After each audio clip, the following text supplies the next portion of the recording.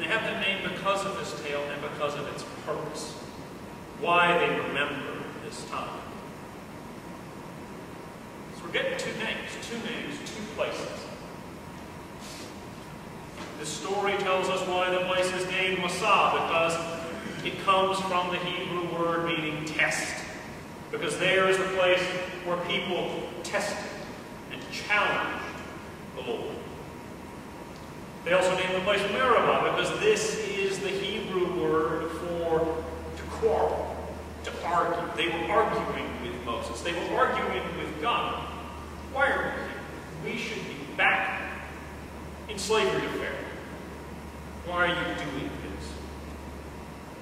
And the reason this story would have been told, would have been kept, would have been important is because it is a vital reminder to us of the ways that we as human beings, we as folks not too different from the Israelites, respond to adversity. Sometimes we respond to those hard times by trusting in that vision that is carrying us forward.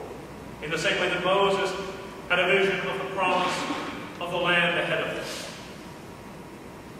If you're trusting in that vision for your life, the hardships you're experiencing are not going to control you. But if not, if you lack that trust, lack that sense of commitment to a purpose, those moments you find yourself in, those struggles you find yourself wrestling with, can do you exactly what they did in the Israelites. They can keep you from moving forward. They can keep you from allowing that struggle to be just something you're passing through. Just as the desert was something to be passed through. Just something that doesn't define you.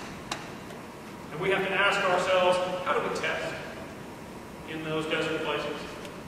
Where is our Massah?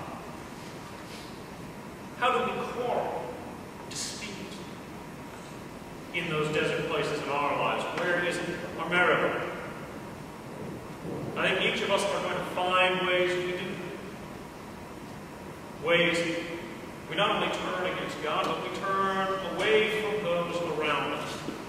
Instead of approaching them in trust, we say, where are you taking us? Why are we going this way? I don't want to do this. I'd be far better off in the life I had before. I don't want to do this. This is too hard. Whenever we face conflict, struggle in life, that is the temptation. To yield as the Israelites yielded to something that doesn't get you past bitterness, that doesn't break you out of those things that have you enslaved. Each of us experience that. Each of us feel that. When we get consumed by things that break us in relationships or prevent us from moving forward in life. There are all kinds of things that can fill us with the fear that says, this is too hard, I can't press on. But when we do that, we're failing to see our purpose. Failing to see the grace that is ahead of us, the promise that we have to trust in, and that should define our every moment. We have to be careful.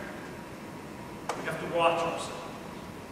Because in our testing and in our quarrel, it's very, very easy to get lost in that wilderness of sin and never pass on to the promised land.